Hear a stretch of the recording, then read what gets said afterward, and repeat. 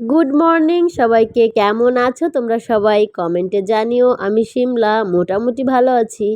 তার কারণ আমার প্রচণ্ড ঠান্ডা লেগেছে। আমি গতকাল রাত থেকে গলা খুসখুস থেকে নাক চুলকানি, নাক চুলকানি থেকে নাক দিয়ে জল আসা, তারপরে মাথা গরম, গা গরম, হালকা জ্বর জ্বর, গায়ে জ্বর সর্দি লেগেছে।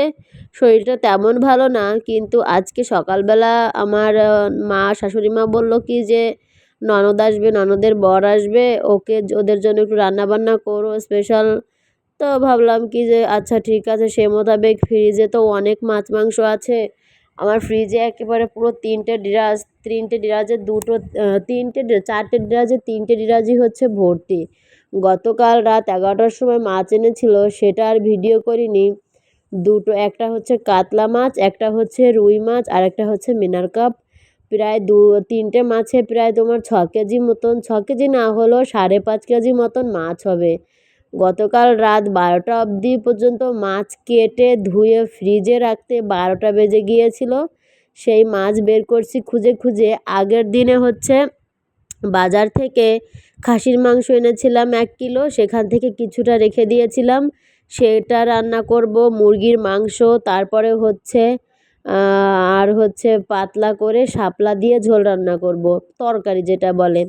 সিথির বাবা যতই মাছ মাংস মশলা দিয়ে যা কিছুই রান্না করি না কেন পাতলা জিনিস খোঁজে, তার কারণ ও সাদামাটা খাবার খেতে খুব পছন্দ করে। যতই মশলা 5 আইটেম রান্না করো, ওনার জন্য পাতলা একটা আইটেম রান্না করাই লাগে। শরীর অসুস্থ ঠিক আছে, কিন্তু আমি একটা নিয়ত নিয়েছি কি জানো, যে আমি ইউটিউবে যেহেতু ভিডিও দিচ্ছি, আমি ইউটিউবে অন্তত 1 বছর টানা কাজ করব। তাতে আমার ভিউজ হোক আর না হোক, কোনো ভিউজ আমার চাই না, কিন্তু আমি 1 বছর কাজ করে দেখি দেখি কোনো বেনিফিট আমি এখান থেকে পাই নাকি। সত্যি কথা বলতে কোনো কিছু না করলে কোনো কিছু হয় না। আমি যদি কষ্ট করতে পারি ঠিকই হবে। মাংস ভিজালাম, মাছ ভিজালাম, দেখো কত প্রকারের। একটু খাসির মাংস ছিল, মুরগির মাংস ছিল, তারপরে হচ্ছে এই যে কালকে হচ্ছে তেলের ডিম। এই যে দেখো কতগুলো মাংস। এখন এই মাংস সব রান্না করতে হবে, কিন্তু আমার শরীরের অবস্থা কি খারাপ, ভালোই লাগছে না। একটু রাতের ভিতর ঘুমাতে পারিনি, নাক মুখ পুরো গরম হয়েছিল, খুব খারাপ লাগছে, খুব খারাপ। আমার জ্বর হলেও এত খারাপ লাগে না, ঠান্ডা লাগলে যত খারাপ লাগে। এই যে একটু মাছের ডিম আছে, এই যে একটু খাসির মাংস আছে, এই যে মাছ, উপরে হচ্ছে মুরগির মাংস। বের করে রেখে মাংস হচ্ছে ভিজিয়ে রেখে জলের ভিতরে, কারণ বরফ ছাড়াতে কিছুক্ষণ সময় লাগবে তো। এজন্য হচ্ছে এই মশলা যেটা সেটা হচ্ছে ব্লেন্ডার করব, তার কারণ আমার এখন আর ইচ্ছা করছে না যে আমি পাটায় বাটি। তারপরেও হচ্ছে আমি চাইলে পারি, কিন্তু আমার কষ্ট হয় যেহেতু সর্দি লেগেছে। সর্দি লাগলে মনে করো পেঁয়াজ বাটলে তোমার চোখ দিয়ে আরও জল বেরোবে, নাক মুখ পুড়ে যাবে, এই জন্য বিশ্রী লাগবে। তারপরে হচ্ছে আমি আদা রসুন পেঁয়াজ সব কেটে হচ্ছে মিক্সিতে রেখে একটা ঘুলি দিয়ে নিয়ে আসলেই হচ্ছে হয়ে যাবে। তার কারণ আদা রসুন পেস্ট হতে হায়েস্ট তোমার 5-6 সেকেন্ডের ভিতরে হয়ে যায়। আরও আমার ব্লেন্ডারটা খুব সুন্দর, বিশেষ করে মানে আদা রসুন পেস্ট করতে অনেক অল্প সময় হয়ে যায়, জুসারের মতন। তারপরে হচ্ছে সব কাজগুলো সেরে কেটে কুটে হচ্ছে মিক্সিতে নিয়ে আসছি মিক্সি করতে, কিন্তু একটু ঝামেলা হয়েছিল, প্রথম পাচ্ছিল না। তারপরে পেতেছে, যাক দেখো হয়ে গিয়ে দেওয়ার সাথে সাথে হয়ে গিয়েছে, দেখেছো। তারপরে মনে হচ্ছে কি না আর একটু নিপিস করি, তারপর দেখলাম কি যে একেবারে ফিনিশ। শোনো আমি একটা কথা বলি, জিরে কিন্তু আমি কখনোই ব্লেন্ডার করি না। তার কারণ ব্লেন্ডারে জিরে বাটলে আমার কাছে মনে হয় জিরের ভিতরে যে দানাটা, সেই দানাটা ঠিকভাবে গলে না। এই জন্য হচ্ছে জিরেটা বেশিরভাগ আমি পাটায় বাটি। জিরে পাটায় বাটলে যে সুন্দর একটা স্মুদিং ভাব হয়, তুমি যতই রোদে দিয়ে গুঁড়া করো, তারপরে তুমি মিক্সিতে দাও রোদে দিয়ে মচমচে করে, তারপরও ঠিক মতন গুঁড়া হয় না। বাজার থেকে হচ্ছে মরিচের গুঁড়াটা বেশি কিনে আনি, মাংসতে সব মরিচের গুঁড়া দিয়ে রান্না করি, আর হচ্ছে পাটায় বাটি জিরা আর আদা রসুন পেস্ট করি হচ্ছে তোমার ব্লেন্ডারে, তাহলে হচ্ছে আমার কাজটা আরও একটু সহজ হয়ে যায়। এই যে মুরগিটা কিনে এনেছি সেদিনকে, রে ভাই এই মুরগিটা যে এত শক্ত, মানে ডিম পাড়া মুরগি, কিন্তু অনেক বয়স হয়েছে মনে হয়। আমি আগের দিন প্রায় 1 ঘন্টা জাল করে রান্না করেছি, মানে প্রেশারের শিষ দেয়নি, কিন্তু ওদিনকে মাংস একটুও নরম হয়নি 1 ঘন্টা জাল দিয়ে রান্না করার পরেও। তো আজকে ভেবেছি কি যে প্রেসারে আগে 2-3 সিটি দিয়ে নেব, তারপরে হচ্ছে মাংসটা যে একটু নরম নরম হবে তারপরে আবার হচ্ছে চুলায় দিয়ে কষিয়ে রান্না করব। এভাবে খেতেও ভালো লাগবে। মাংসর ভিতরে যদি মাংস নাই গলে তার ভিতরে কি তোমার মশলা ঢোকে? মশলা না ঢুকলে মাংস কিন্তু রান্না তেমন ভালো হয় না। সিথির বাবা সেদিনকে বলছিল তুমি তো তোমার বিয়ের বয়সেও এমন বিশ্রী মাংস কখনো রান্না করনি, এত বাজে লাগছে। কিন্তু আমি চেষ্টা করেছি সর্বোত্তম। সত্যি কথা বলতে সব মহিলারাই চায় যে একটু ভালো করে রান্না করতে। কোনো কেউ চায় না যে কষ্ট করে রান্নার পরে শুনবে যে আমার রান্নাটা ভালো হয়নি। এটা কিন্তু শুনতে কেউই চায় না। আর যেহেতু আজকে 2-3 আইটেম রান্না করব সেহেতু আমি আজকে বাইরে চুলায় চলে যাব। তার কারণ আমার হচ্ছে একটু বেশি আইটেম রান্না যেদিন করি সেদিনকে আমি কাঠের চুলায় রান্না করে নিয়ে আসি। আমার গ্যাসের ভিতর আমি আনকমফোর্টেবল ফিল করি। আমার গ্যাসের চুলায় খটখট করে, একটু বেশি মাংস রান্না করতে গেলে, বেশি নাড়তে গেলে, মাংস কষাতে গেলে শব্দ হয়, আমার বিশ্রী অনুভব হয়। এই জন্য হচ্ছে আজকে 4-5 পদ রান্না করব দেহেতে, বাইরে হচ্ছে রান্না করতে যাচ্ছি। আর এখানে যেখানে যাব রান্না করতে ওখানে হচ্ছে আমার বাড়িওয়ালা আন্টি এইখানে এসে রান্না করে নিয়ে যায়। দেখেছো কত বড় চুলা। আর দেখো এই চুলায় রান্না করতে এসেছি, তুমি মনে করো চলা একটা ধরিয়ে দিয়ে, একটা চলা ধরিয়ে দিলে তোমার দু পদ রান্না হয়ে যাবে। বড় একটা চলা যদি তুমি ধরিয়ে দাও 2 পদ রান্না হয়ে যাবে। মানে ওনারা আর ওনাদের ফ্যামিলিতে হচ্ছে 10 জন মানুষ। 10 জন মানুষের রান্না, সারাদিনের রান্না ওনারা সকালে এসে করে নিয়ে যায়। আর হচ্ছে সারাদিনেও কোনো রান্না করে না। অনেক রান্না করে চুলায় হচ্ছে তোমার হিট থাকে অনেক। মনে করো কারেন্টের চুলায় যেমন হিট থাকে ওই রকমটা হিট থাকে। আর ওই হিটে আমি গরম চুলায় রান্না করতে আমার তেমন একটা সময় লাগে না। প্রথমে হচ্ছে সকালে চুলা ধরাতে একটু কষ্ট হয়, তার কারণ সারা রাত মনে করে যে সামনে তো বৃষ্টির দিন আসছে, সারা রাত ঠান্ডার ভিতর চুলাটা হচ্ছে ঠান্ডা হয়ে যাবে, সকালে আর আগুন ধরতে চাইবে না। আর এখানে কিন্তু তেমন না। ওইখানে কাকিমারা রান্না করে নিয়ে যায়, চুলাটা পুরো গরম থাকে আর আমার হচ্ছে রান্না করতে সুবিধা হয়। আমার 2-3টে কাস্টে হলেই আমার এখানে রান্না করা হয়ে যায়। মেহগিনি চলা আছে না, মেহগিনি কাঠ দিয়ে অনেকক্ষণ আগুন জ্বলে। আর যদি ইসের গুঁড়ি আছে, কাঠের গুঁড়ি আছে, যদি আমি একটু কাঠের গুঁড়ি ছিটিয়ে দেই তাহলে হচ্ছে আমি পেরে পারি না। তার কারণ কাটাকাটি একটু থাকে, হাতের মাথায় কাটাকাটি করা লাগে, এই বাগার দেওয়া লাগে, এটা করা সেটা করা লাগে, এজন্য হচ্ছে পুড়ে ভস্ম হয়ে যায়। এত হিট থাকে, না দেখলে কেউ বুঝতে পারবে না যে এই চুলাটার ভিতরে একেবারে কারেন্টের মতন হিট হয়। কিন্তু একটু কষ্ট হয় আনা নেওয়া। আমার কাছে আনা নেওয়া তেমন কষ্ট বলে মনে হয় না।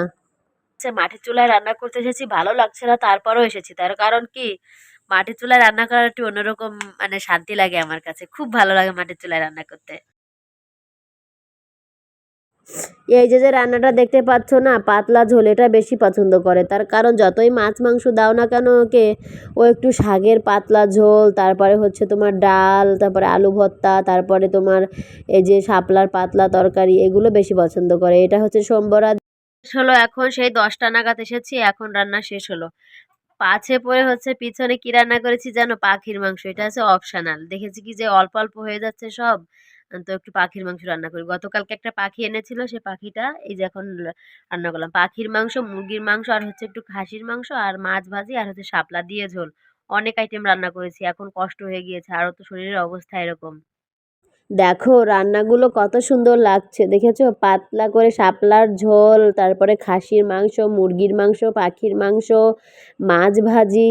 আমার কাছে সব থেকে বেশি প্রিয় কোনটা জানো? শাপলা দিয়ে পাতলা ঝোল আর হচ্ছে মাছ ভাজি।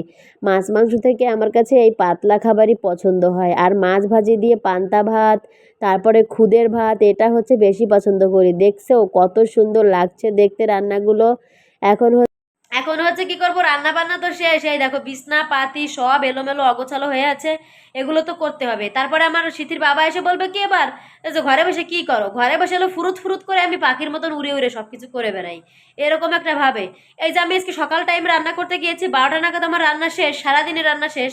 এখন এসে দেখি ঘরের ভিতরে বিছনা এলোমেলো, এগুলো কে করবে? এগুলো কি আরেকজন এসে করে দিয়ে যাবে? এগুলো তো আমারই করা লাগবে না? দেখো রান্নাঘরে সব কিছু এলোমেলো, ড্রয়িং রুমে, ড্রয়িং বলছি, এ দেখো আমার খাওয়ার যে স্পেসটা, মানে টেবিল যেখান থেকে সব কিছু দেখো এলোমেলোই। দেখো আলু ছিল না ঘরে, আমি মাঝখানে এসে 6 কেজি আলু 100 টাকা নিয়েছে, মাইকে বলছিল, পরে এসেছে। দেখো রান্নাঘরের অবস্থাটা দেখো, দেখেছো কিভাবে ছড়ানো ছিটানো, এই সবগুলো এখন গোছাতে হবে। আর দেখো এদিকে আমার মেয়ে বাচ্চারা কি করে দেখো।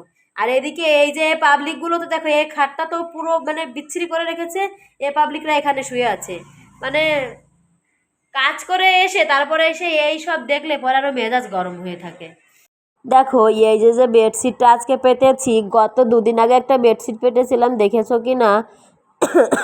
সাদা কালারের একটা বেডশিট। আমার কথা বলতে এত কষ্ট হচ্ছে, মাথা ভার হয়ে আসছে। কিন্তু আমি তো নিয়ত নিয়েছি আমি যে দৈনিক এখানে ভিডিও ছাড়বো, আমার একদিনও গ্যাপ দিলে চলবে না, এরকমটাই মনস্থির করেছি। অসুস্থ লাগলেও আমার করার কিছু নেই, এটা তো আমার করতেই হবে। আমি ভেবে নিয়েছি এটা আমি চাকরি পেয়েছি, বিনা বেতনের চাকরি, চাকরি করব, আমাকে বেতন দিক আর না দিক আমি এখানে চাকরি করেই যাব, এরকম একটা ব্যাপার। তো লাল যে বেডশিটটা দেখেছো, একটা লালের ভিতরে মনে হচ্ছে কি আমার একটা মানে গোলাপ ফুল, জ্যান্ত একটা গোলাপ ফুল। এত ভালো লাগে এই বেডশিটটা, আমার মানে খুবই প্রিয় একটা বেডশিট। তারপরে হচ্ছে এটা কিনেছি আমি বাসায় আসার পরে, তারপরে হচ্ছে আরও দুটো কিনেছি 2000 টাকা দিয়ে। তারপর এই বেডশিটগুলো কিনে সিথির বাবা আমাকে বলেছে তুমি কি এই বেডশিট পাতবে? বলছি হ্যাঁ, কেন পাতবো না, আমি এখন আমার বয়স ইয়ং বয়স, আমি এখন ভালো কিছু খাবো, ভালো কিছু পরবো, ভালো কিছুর পরে শুয়ে থাকবো, এটাই আমার কাজ। তার কারণ আমি এই যে এখন মনে করো যে একটা ভালো জিনিস কিনেছি রেখে দিই, কখন আমার বাড়ি আত্মীয় স্বজন আসবে তখন আমি নাচবো কেন? এটা করব কেন?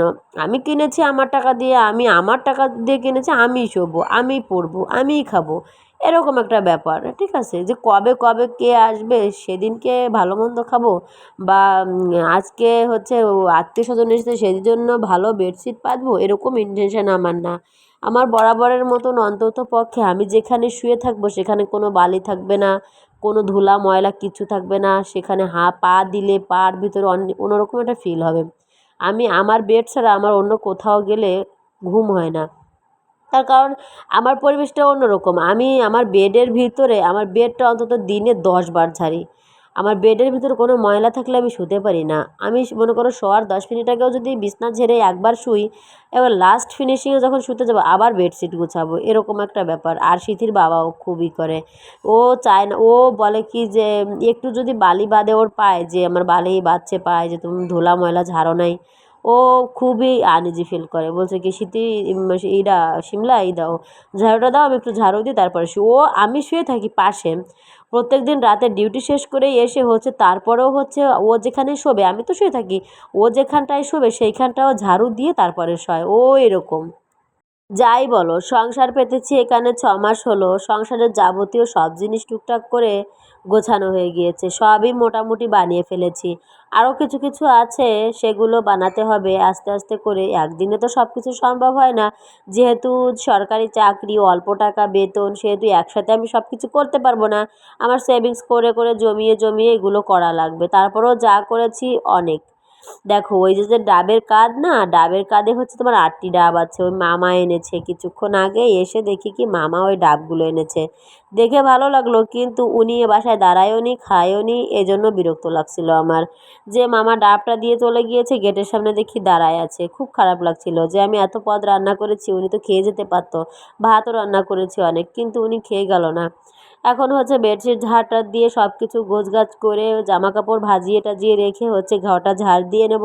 ঘরটা ঝাড় দিয়ে হচ্ছে অনেক কাজ। দেখো সকালে কিন্তু আমি স্নান করেছি, আমাকে দেখে মনে হচ্ছে কি আমি বুনো বুনো লাগছে না? সকালে স্নান করেছি, তার মানে তা বোঝাই যাচ্ছে না, কারণ দেখো স্নান করার পরে রান্না বান্না করতে গেলেও ওই একই অবস্থা। স্নান করার পরে মানে রান্না করার পরে এসে স্নান যদি করি তাহলে ফ্রেশ লাগে, কিন্তু স্নান করার পরে রান্না করে আসলে খুবই খারাপ লাগে, গরম লাগে। ইদানিং তো এখনও ঠান্ডা পড়ে নাই আমাদের এদিকে, আর আমার রুমের ভিতর তো বদ্ধ কারাগার। মাঝে মাঝে সবার পরে বিরক্তি লাগে জানো, আমি সব জায়গা গোছগাছ করবো, আলোবে আমার স্বামী, আমার শাশুড়ি মা, আমার মেয়ে, বিশেষ করে আমার মেয়ে এত অপরিষ্কার অপরিচ্ছন্ন, কি বলবো বলো, ছোট মানুষ তো, বলেও কোনো লাভ নেই, যতই বলি যতই করি কোনো লাভ হয় না। দেখো সিথির ঠাম্মা আজকে হচ্ছে সিথিকে চুল কেটে দিয়েছে এভাবে, ওর অনেক বড় চুল ছিল তো দেখেছো। এখন ওই চুলগুলো হচ্ছে আমি একেবারে টাক করে নিয়ে আসবো মেশিন দিয়ে। এই জন্য হচ্ছে ওর মাথায় আমি 3 বছর 3.5 বছর বয়স, এখনও আমি হচ্ছে দেই নাই, বেলেট দেই নাই। এই জন্য হচ্ছে আমি মেশিন দিয়ে চুলগুলো ছাড়তে যাচ্ছিলাম। আমাদের বাসা থেকে একটু দূরে মানে 10 টাকার পথ, সেখানে যাচ্ছিলাম। এই দেখো চলে এসেছি, নাপিতের দোকানে চলে এসেছি। এখনও হচ্ছে ও যার দোকানে এসেছি সে দোকানে ছিল না। এই দেখো চুলের অবস্থা দেখেছো শীতের, এই দেখো কিভাবে কেটেছে চুলগুলো। এইগুলো এখন একেবারে ছাঁটাই করে নিয়ে চলে যাব বাসায়। ভালোই লাগবে, সামনে শীতও পড়ছে, শীত পড়ার আগে হচ্ছে চুলও গজিয়ে যাবে।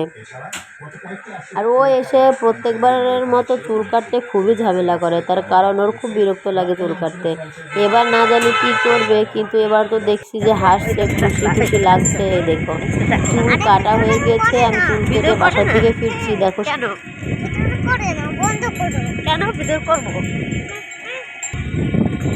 এখন বাজে হচ্ছে 7:30 সন্ধ্যা। শরীরটা এত খারাপ, আর ভিডিও করার এনার্জি পাইনি যে কাজ করছি ক্যামেরা পেতে ভিডিও করব। মাথাটা পুরো কেমন যেন ভার হয়ে এসেছে। আর এই নাকের পরে আমি যদি শুয়ে পড়ি, নাকের পরে মনে হচ্ছে কি আমার 1 মণ ওজনের নাকের পরে এনে কেউ রেখে দিয়েছে, এমন লাগছে। আর চোখ মুখের অবস্থা লাস্টে পরে এরকম হ্যাঁচু আসছে, হ্যাঁচুর সাথে আমার নাকের ভিতর থেকে কেমন যেন লাল লাল কি নিঃসরণ বের হচ্ছে। এখন খারাপ লাগছে খুব, এখনো ওষুধ খাইনি। আমি আবার হচ্ছে সর্দি লাগলে ওষুধ খুবই কম খাই, আমার চোখ দুটো চেয়ে কেমন যেন ছোট ছোট হয়ে গিয়েছে। আর এদিকে মেয়েকে পড়াতে বসেছি, বই তো পড়ার নাম নেই। দেখো ওকে টাক করে নিয়ে এসেছি আজকে, দেখো বই তো পড়েই না, দেখো কি করছে। আর এত বিরক্ত করে, বই পড়তে গেলে বই পড়বে না, নানান অজুহাত, এটা করে সেটা করে, মানে ও বই পড়তে চায় না। প্রত্যেক বাচ্চারা এরকম দেখি, 99% বাচ্চারা হচ্ছে বই পড়তে চায় না।